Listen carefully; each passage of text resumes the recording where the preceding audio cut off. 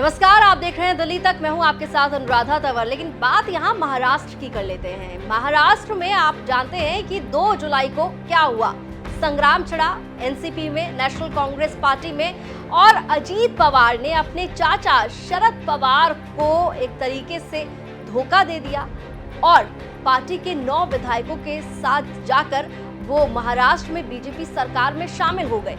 उसके बाद से लगातार महाराष्ट्र की राजनीति गरमाई हुई है, पल पल हलचल तेज है। लेकिन एक तरफ जहां अजीत पवार 9 विधायकों को ले गए पार्टी से और शामिल हो गए भारतीय जनता पार्टी की सरकार में, वहीं दूसरी ओर शरद पवार को लेकर कई तरह की खबरें आई। शरद पवार अकेले पड़ गए, शरद पवार की पार्टी कमजोर हो गई। अजीत पवार तो ये तक कह रहे हैं कि जो पार्टी है एनसीपी, पार्टी का नाम और पार्टी का सिंबल, चुनाव चिन्ह के लिए वो लड़ेंगे, उस पर उनका कब्जा होगा। दूसरी तरफ शरद पवार पूरा दम भर रहे हैं पार्टी को दोबारा से खड़ा करने के लिए और साथ ही ये भी कह रहे हैं कि जनता उनके साथ है। लेकिन जब बात उनके साथ की हो रही है तो यहाँ पर बड़ा जरूरी हो जाता है जिक्र करना उस ऑपोजिशन का जिस ऑपोजिशन की बैठक में शरद पवार शामिल हुए थे, और उसी ऑपोजिशन की बैठक के बाद ये जो संग्राम है वो छिड़ गया जो महाराष्ट्र में हमने आपने सबने देखा।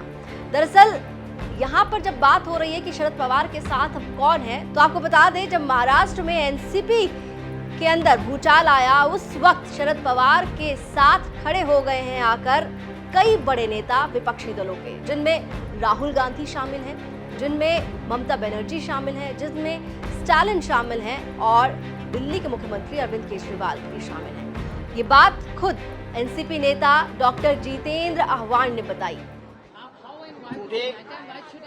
Today's his stature was recognized when Rahul Gandhi, when Nitish Singh, Tejasvi, Stalin, Mamata Banerjee, Arvind Kejriwal, everybody called him and told him that Mr. Sharad Pawar, we are with you.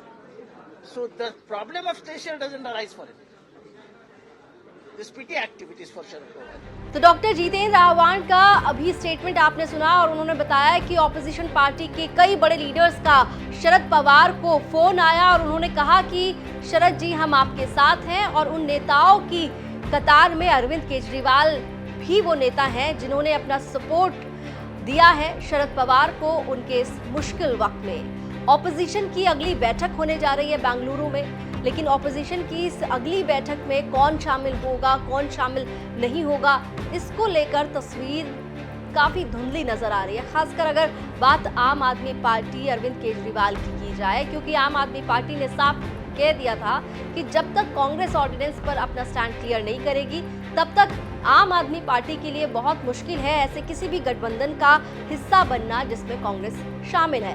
फिलहाल अध्यादेश पर कांग्रेस और आम आदमी party के बीच क्या होता है ये तो आने वाला समय बताएगा। लेकिन इस समय जब शरद पवार के भतीजे ने, अजीत पवार ने उन्हें धोखा दे दिया और 9 विधायकों को वो अपने साथ ले गए, शामिल हो गए महाराष्ट्र में इस वक्त शिंदे सरकार में, और डिप्टी सीएम का पद उन्होंने लिया है। जी हाँ, अजीत पवार एक बार फिर से डिप्टी चीफ मिनिस्टर बन गए हैं महाराष्ट्र के। लेकिन दूसरी तरफ शरद पवार की पार्टी से ऐसे कई अहम चेहरे चले गए हैं जिन पर शरद पवार काफी ज्यादा एतबार भरोसा करते थे, जिसमें छगन भुजबल का नाम शामिल है, जिसमें प्रफुल्ल पटेल का नाम शामिल है।